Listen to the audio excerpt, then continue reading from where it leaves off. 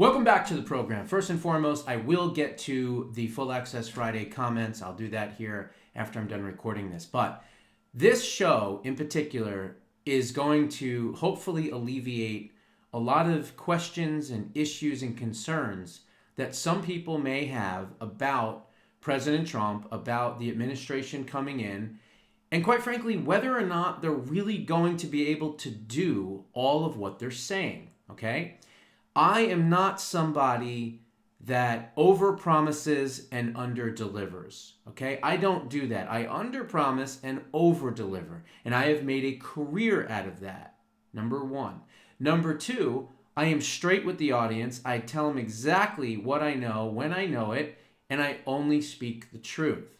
Now, I have been saying all along that we should get 25 to 30% of everything that is being promised. And if we do, again, if we do, that is cutting trillions of dollars from the federal government. That is wiping out career bureaucrats like you cannot believe. It is building the wall. It is, rounding these people up, getting them out. I mean, it's lowering energy prices. I mean, it is so many different things. But now all of a sudden, some people are saying, oh my God, Pam Bondi, she endorsed Jeb Bush. So what? She was the Florida Attorney General for 8 years. That's number one. Number two, Ronald Reagan was a Democrat. Donald Trump at one point was a Democrat. Many people that are now on the right were former leftists and Democrats. Maybe not former leftists, but at least Democrats, okay?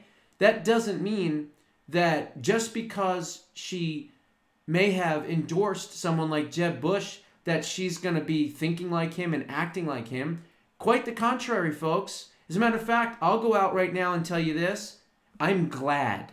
That's right. I'm glad that Matt Gaetz withdrew this nomination because Pam Bondi is going to be incredible. Okay? Now, here's the other thing. Has anyone thought about this?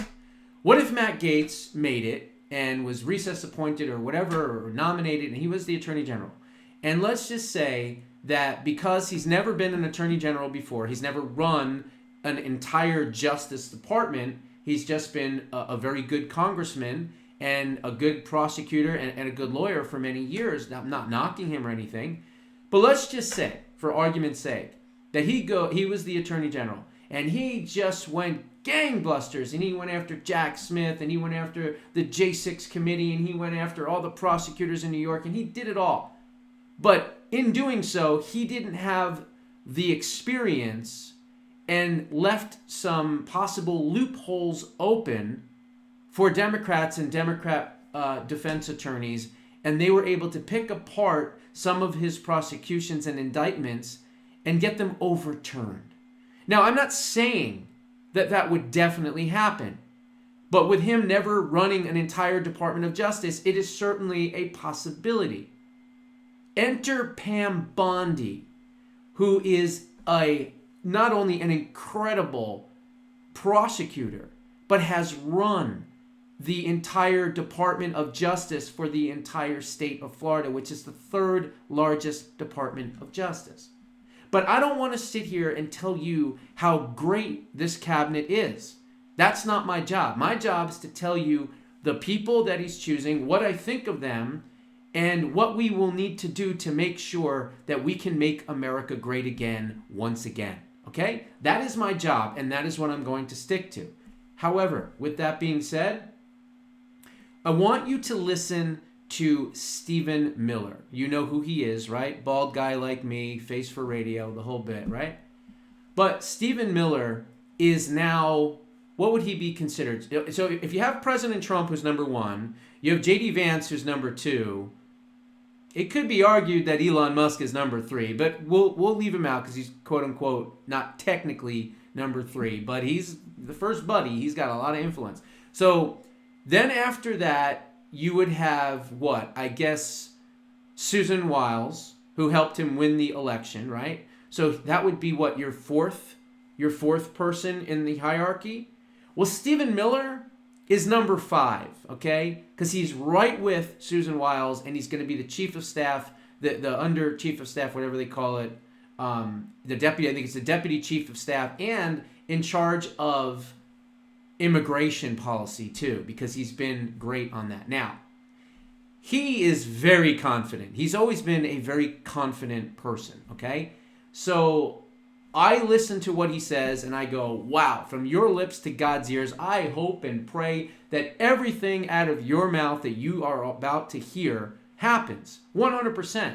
But I also understand politics. I also have been doing this long enough to know that sometimes it's important to temper expectations. However, I am not in the Trump administration. As I've said before, I am basically standing at the door, knocking. I can hear the people inside going, doing what they're doing, all the people inside the inner circle, and someone answers the door and says, "What's the secret password?" Well, I don't have that yet, okay? And I'm humble enough to say that, and that's fine. Maybe one day I will, and quite frankly, it could happen pretty soon. We'll see.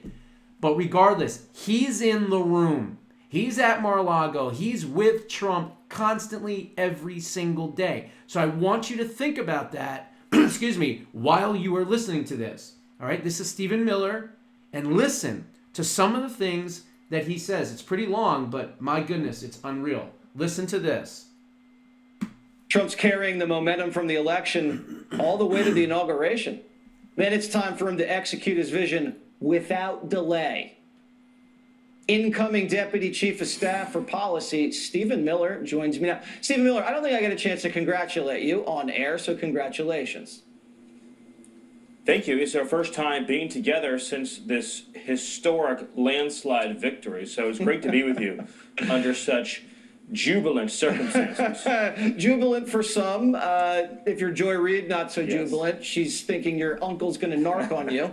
All of the right people are unhappy, and all of the right people are absolutely overjoyed.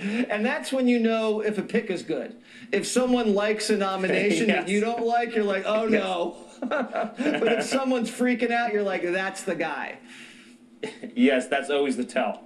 So where are you now in terms of this transition? It looks like Gaetz is gone, Bondi's in, and it should be smooth sailing. How are you seeing things? Well, President Trump has assembled, as I'm sure you've seen, Jesse, the most transformative set of cabinet secretaries in American history. I mean, RFK, who's going to take on the deep state at HHS, take on the corruption in medicine, and make America truly and actually healthy again. You mentioned Pam Bondi. I've known Pam for years. She's a close friend. Look, people know that she has sterling credentials, amazing, unparalleled intellect. But here's what people may not know that I know. She is tough as nails. You want an AG who's going to take down the cartels, take down the migrant gangs, who's going to use the 70,000 law enforcement officers at DOJ to get rid of the foreign criminal enterprises in this country? That's Pam Bondi. This is the AG that is going to help President Trump deliver on his promise to liberate America.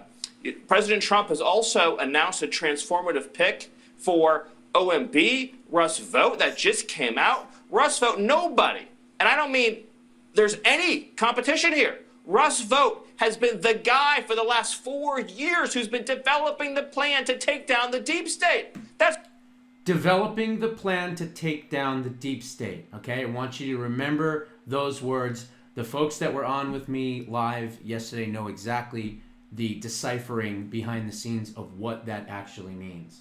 It's Russ, and he's going to be right there at OMB to execute that plan. This is really incredible stuff, Jesse. I know these people. This is exactly what America voted for. Take us inside this transition. You were appointed pretty early in this process. As you see people come on board, are you calling? Are you already talking strategy? What's the conversation like inside? Come on. Really? Commercials. Sorry about that. Let me skip that. There we go. President Trump has assembled, in addition to what you're seeing publicly announced, he's assembled a world-class policy team behind the scenes that's working every day to put together the day one executive actions and executive orders that are going to implement every single one of his campaign promises, whether you're talking about public health, we know he keeps his promises. We know that from his first term. Whether you're talking about the national invasion and emergency on our southern border, whether you're talking about the diversity, equity, and inclusion policies, whether you're talking about getting men out of women's sports, out of women's bathrooms, out of women's locker rooms, right? All the things that President Trump barnstormed the country campaigning on are now being put at his direction and order and instruction into written form, so that the first day, the first week, the first 100 days will be a bolt of lightning. And all of the policies, reforms that Americans have been begging for and pleading for and asking for, President Trump is going to deliver one after another, after another. The swamp, the deep state, and the communists will not know what hit them. So, Miller, when the pen hits the paper on the EO on day one, on immigration, tell us what some of those executive actions are going to look like on day one. Well, I can't reveal everything now. There has to be some anticipation. But what Give I can us a little say, tease. Show us a little leg, Miller. what I can say is this: as President Trump has said, I'll be honest. I like this interview, but I don't like this interview because I don't like him telepathing what's going to happen. He should have just said, "Don't worry, you'll find out on January 20th." That's what I would advise these folks to do and keep their mouth shut. But like I said, I'm not in the inner circle yet. On day one, the southern border slams shut to illegal immigration. So all the illegal aliens all over the world who've been taking a free ride at America's expense for 4 years, guess what? You show up, you're not getting in, you're not getting through, you're not getting released, you're not going to any city anywhere in America. The only thing you're getting, courtesy of the U.S. taxpayer, is a flight back home. Goodbye, see you later, not coming in. And then on top of that, of course, as has been much discussed, ICE, Homeland Security investigations, and as I mentioned, the core elements of the Department of Justice are going to launch deportation sweeps to get these criminal gangs out of our country. So we're going to liberate, under President Trump's direction as commander-in-chief, his plan and his vision, we are going to liberate one town after another. And for that alone, President Trump should be carved to Mount Rushmore for what he's about to do to set American cities free. Well, I think Nancy said Joe is going on Mount Rushmore. They're going to have to maybe take a different pickaxe and fight for it up there. Tell me one more thing about these guys resisting in these cities. They're saying it's a sanctuary city, Miller. These Democrat resistance fighters are going to say, we're going to line up cops around the block, and if Jose raped a kid, we're going to let him stay. We don't want anybody kicking him out and sending him home. What is that going to look like? Well, for one thing, I can promise you, police officers in these cities are going to be desperate to work with, to work alongside federal law enforcement officer to clean out these nests of criminal aliens. The president has the endorsement, as you know, of the Fraternal Order of Police. No one's had more support from sheriffs, law enforcement, rank and file police. I promise you, when the liberators show up, when they roll up in their federal law enforcement uniforms with those vests, the local police are going to join them arm in arm to get the migrant killers, gang members, and drug dealers out of the country. They will be the first in line. They will be handing over these criminal migrants to federal law enforcement, and where they have to go into the homes, they'll be right there alongside them, because these police officers, I don't care what these mayors say, these cops, they know who the criminals are threatening their cities. And when federal law enforcement under President Trump's directions on day one roll up into those cities and roll out into those gang nests, the local cops are going to be right there with them saying, we are here to help you get them out. The mayors are going to lose this fight, the sanctuary mayors, and they're going to lose it badly. Jason. And one of the ways you can do it, too, is just dangle the money. because they need federal cash to survive, especially Democrat mayors. So if you're going to be a sanctuary city to criminals and people don't belong here, why are we giving you all this money if you're not cooperating with the mass deportation? That money should go away, right? Yes, President Trump's been very clear.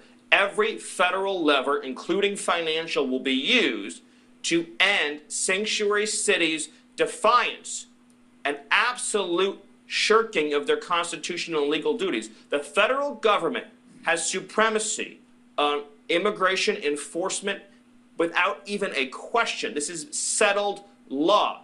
The federal government is the entity that has the final say on them. And remember, he knows the law because he's the president and founder of America First Legal. So he's a brilliant legal mind. Immigration enforcement. And if these states continue to shield, as they have, people that are raping and murdering children, every federal tool at President Trump's disposal will be used to bring these cities into compliance. And let me tell you something, Jesse. The American people will cheer.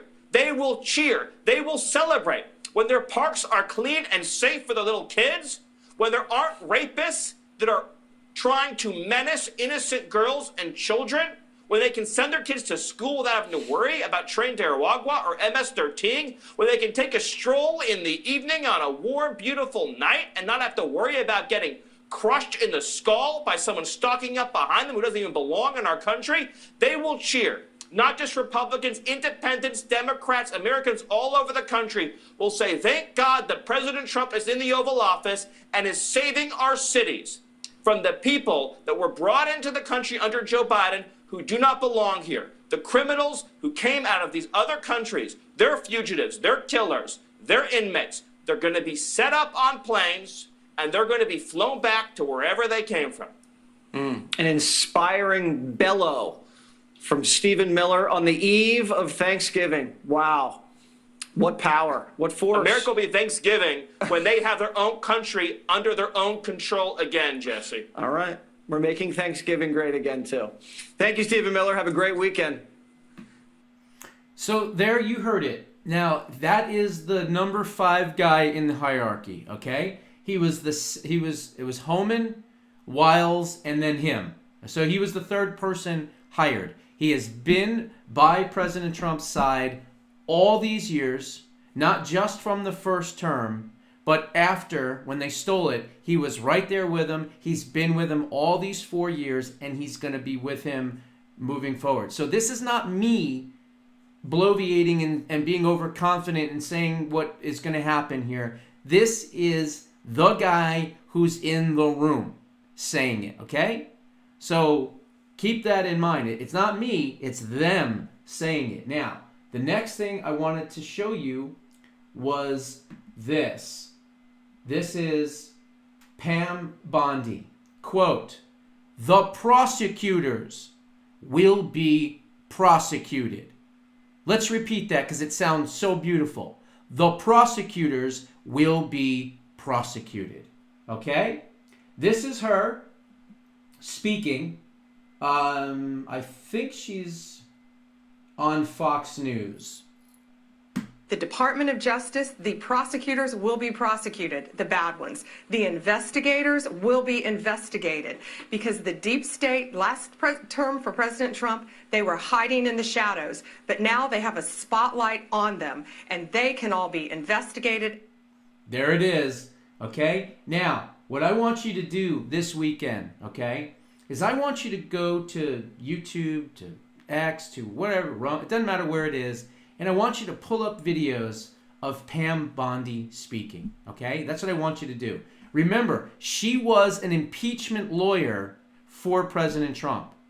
She is a political surgeon and a prosecutor like you cannot believe. So I'm actually thrilled that she is taking over the AG spot rather than Matt Gaetz. I already gave you my reasons why. I'm not saying that Gaetz would have done a bad job, but I'd much rather have someone that's been there, that has run these departments, that knows what to do, not make mistakes possibly, and leave loopholes for these Democrat defense attorneys to exploit and get convictions overturned. I'm not interested in that. I want to see the end of the 2-tier, million-tier, trillion-tier justice system as we know it. And I believe, based on what we're hearing, that she could be the person that can do that. Okay? Now, we've got a lot of rhinos, right? We know that, clearly. There's a lot of rhinos in the Senate. There's some rhinos in the House. I want to say something right now. I've always been an activist. I've always been the person that says we can fight the rhinos. We can fight these people that are obstructionists, whatever. We can do phone calls. We can do emails. We can do rallies. We can show up in front of their offices, and do, rallies and things like that right in front of their offices. We could trail them and go around them and ask them questions and make them feel uncomfortable. We can pressure them. We can do pressure campaigns on these people, and it does work. You know what else? Charlie Kirk's figured that out too. And God bless Charlie Kirk, because I've been saying for years, don't just talk to the kids on college campuses. You have a massive organization, thousands upon thousands upon thousands of patriots and volunteers. And what did he do? He was smart enough to turn his, college speaking tours and all that into turning point action. And he said, you know what?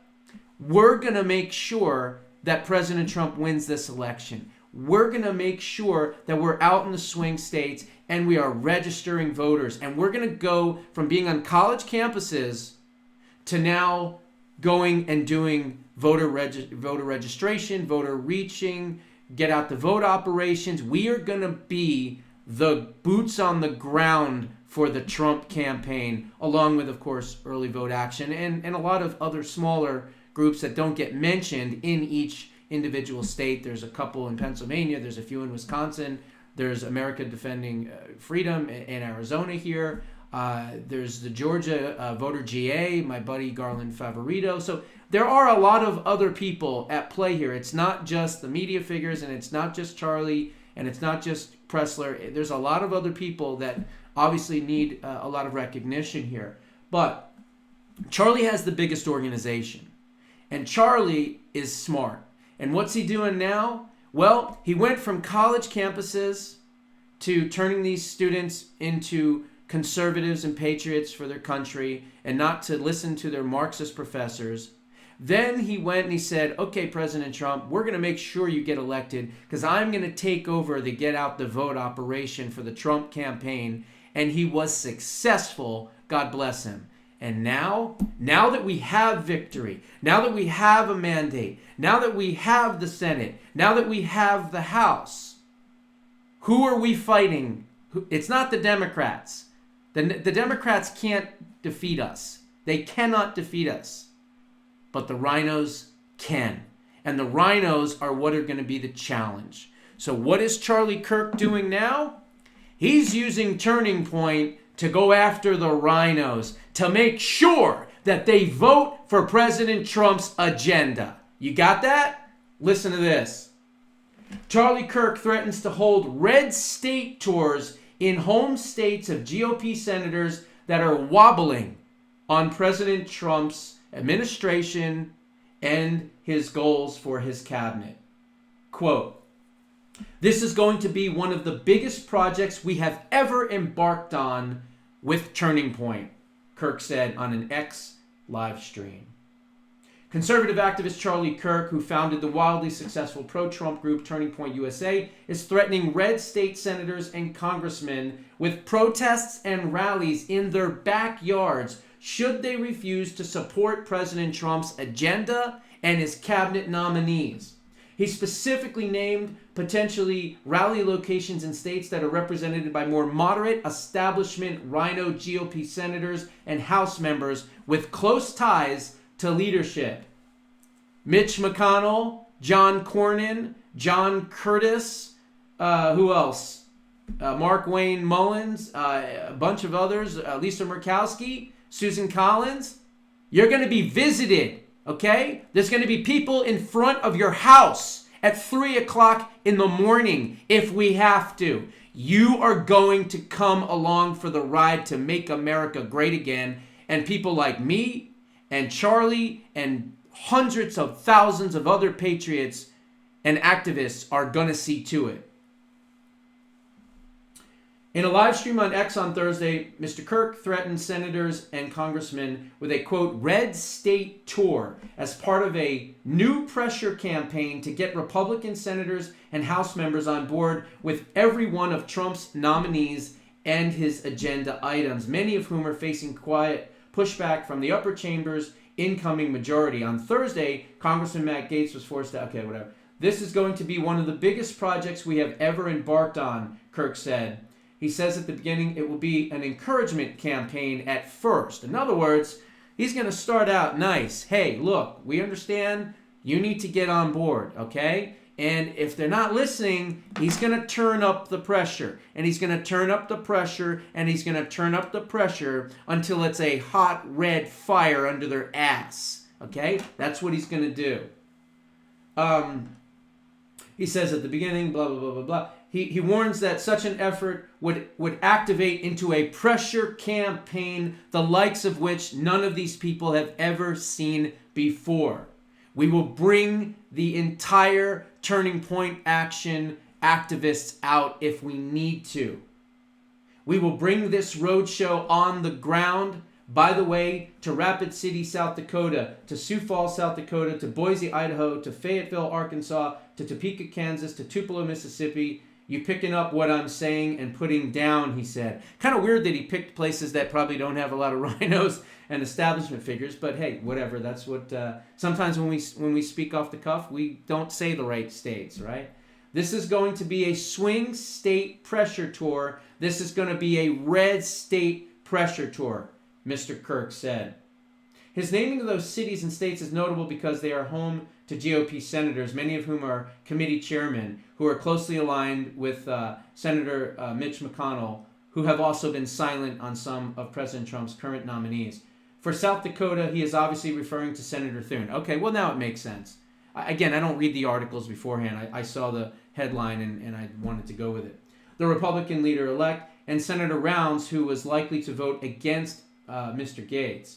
Idaho is home to both the incoming chairman of the Finance Committee and the incoming chairman of the Foreign Relations Committee, Senator Crapo and Senators Risch, respectively. In Arkansas, Mr. Kirk is likely referring to Senator Boozman, the top Republican on the Agricultural Committee for Kansas. He is referring to Senator Moran from Kansas, a more moderate ally of leadership who will soon take over as the chairman of the Veteran Affairs Committee. Mississippi's senior lawmaker, Senator Roger Wicker, is the soon-to-be Armed Services Committee chairman who will oversee the confirmation process of Trump's nominees to lead the Pentagon's with Pete Hegseth. You know what pisses me off? Why are all these Rhino establishment idiots taking all these chairman positions? Why isn't it Josh Hawley, Ted Cruz, Rick Scott? I mean, why isn't it all of those people? Mike Lee. Why isn't it those folks? Why instead does it have to be, Moran and McConnell and Wicker and all these Rhino idiots? That's a problem. Every single one of these people, and I don't care if they're in a bright red state, every single one of them needs a MAGA America First person to run against them and primary them. Every single one of them. We ought to be putting lists out to make sure and then find people in these states to run against these idiots. If you're in a red state and you're a red state senator or congressman that has been benefiting from the votes of Donald Trump's coattails for the last 10 years, well, then you're going to have to justify to your voters why you might be voting against his cabinet members, such as Tulsi Gabbard, or you're voting against Bobby Kennedy, the Turning Point USA founder, says. Mr. Kirk has even set up a website detailing how people can get involved with his pressure campaigns. It includes a detailed list of all of Trump's announced cabinet nominees and high-level staff appointments in the West Wing. Users can also click on a page that has a complete list of which Republican senators voted for which cabinet nominees put up by President Biden over the last 4 years. At the bottom of the website's page It asks users to send in their personal information in order to stay up to date on the potential tour stops. Submit your info below, and we will follow up with you shortly regarding next steps on how we will be working as a grassroots army to make sure that President Trump's nominations and his agenda get through. So there it is. What is the website? Let's see what it's called. Let me click on the article link. Well, it's got one of those short little things on it, so it doesn't really say much. But it says, give Trump his cabinet. I'll give you the short URL. It's 12ft.io/proxy. So 12ft.io/PROXY. So I don't know what it's called, but maybe if you looked up give Trump his cabinet, that would probably help. And it says get involved, join our mission to take back America. You can donate, and it looks like it's a pretty... Well, there's not much to the website. There's just one or two things on it. But regardless, give Trump his cabinet, 12ft.io/proxy. Okay? God bless Charlie Kirk for understanding what's at stake here. This was a golden opportunity to finally get President Trump back in office. And we cannot, under any circumstances, allow these rhino establishment morons to derail what is coming. Okay? So get involved, stay active, keep praying, and of course, keep fighting. Those are my thoughts. What are yours? Put them down in the comments below. We'll see you in the next one.